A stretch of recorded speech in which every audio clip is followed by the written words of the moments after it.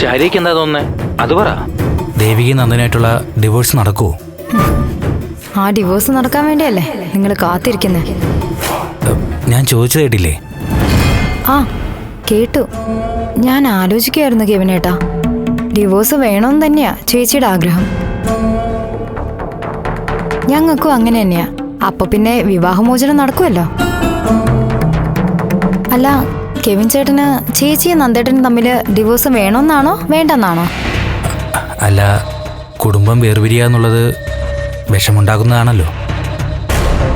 പ്രത്യേകിച്ച് എൻ്റെ പ്രിയപ്പെട്ടവളുടെ കുടുംബത്തിലൊരു പ്രശ്നം എനിക്കും ബുദ്ധിമുട്ടുണ്ടാക്കുന്നതല്ലേ. കെവിൻ ചേട്ടൻ അപ്പം എന്നോട് അത്രയും സ്നേഹമുണ്ടല്ലേ? എന്ത് ചോദ്യം ശാരി ചോദിക്കുന്നേ?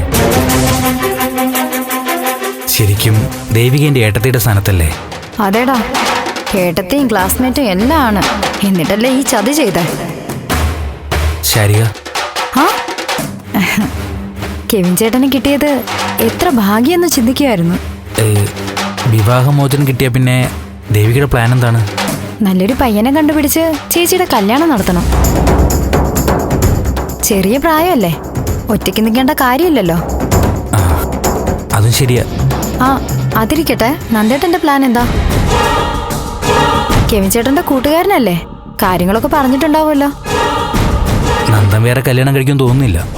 ഏയ്, എനിക്ക് പക്ഷെ അങ്ങനെയല്ല തോന്നുന്നേ. ഒരു സംശയ. എന്താ? നന്ദേട്ടൻ ഇസബെല്ലെ കല്യാണം കഴിക്കുമെന്ന്. അല്ല കെവിനേട്ടാ? ഏയ്, അങ്ങനെയൊന്നും നന്ദൻ ചിന്തിക്കില്ല.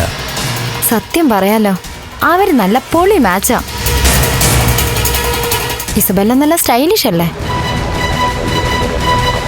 നന്ദേട്ടൻ അതാ ഇഷ്ടാന്ന് എനിക്ക് തോന്നുന്നു. ചേച്ചിയാണെങ്കിൽ എല്ലാം ഒരു നാടൻ രീതി. സത്യത്തിൽ എന്റെ ചേച്ചിക്ക് വല്ല അധ്യാപകനെയോ രാഷ്ട്രീയക്കാരോ ഒക്കെ ആയിരിക്കും ചേരുക.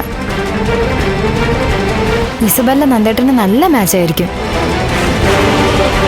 എന്താ കെവിൻ ചേട്ടാ, അങ്ങനെ എന്തെങ്കിലും പ്ലാൻ ഉണ്ടോ നന്ദേട്ടന്? എങ്കിൽ പറ. ഏയ്, അങ്ങനെയൊന്നുമില്ല. ശരികെ, ഞാൻ വിളിക്കാം. എൻ്റെ ഫോണിൻ്റെ റേഞ്ച് പോകുന്നു. ഇല്ലല്ലോ, എനിക്ക് നന്നായിട്ട് കേൾക്കാമല്ലോ. മറുപടി പറയാൻ പറഞ്ഞോണ്ട് എന്നോട് കള്ളം പറയുവാണോ കെവിനേട്ടാ? അയ്യോ അല്ല,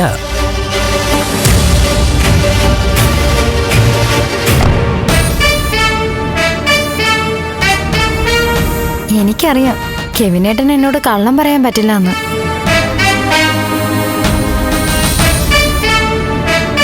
അത്രയ്ക്ക് ഇഷ്ടമല്ലേ എന്നെ? പിന്നല്ലാതെ. അയ്യോ ചേച്ചി. എന്നാ പിന്നെ വെച്ചോ.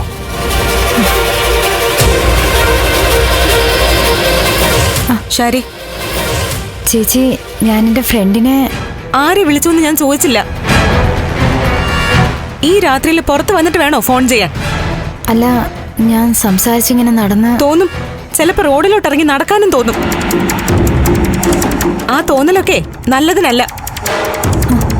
അകത്ത് കയറിപ്പോ.